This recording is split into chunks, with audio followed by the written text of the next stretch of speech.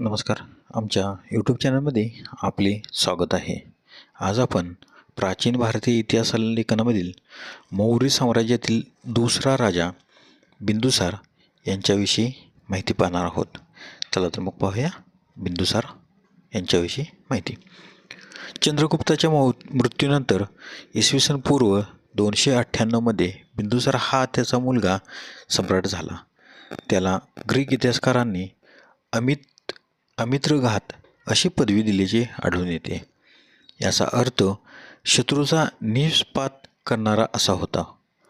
सिरिया, Greek या देशांचे वकील या दरबारात होते.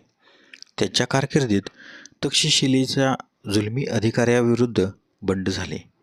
त्यावेळी त्याने आपला मुलगा अशोक याला पाठवून तेथे शांतता निर्माण केली. काही काळ आर्य चाणक्य त्याचा मुख्यमंत्री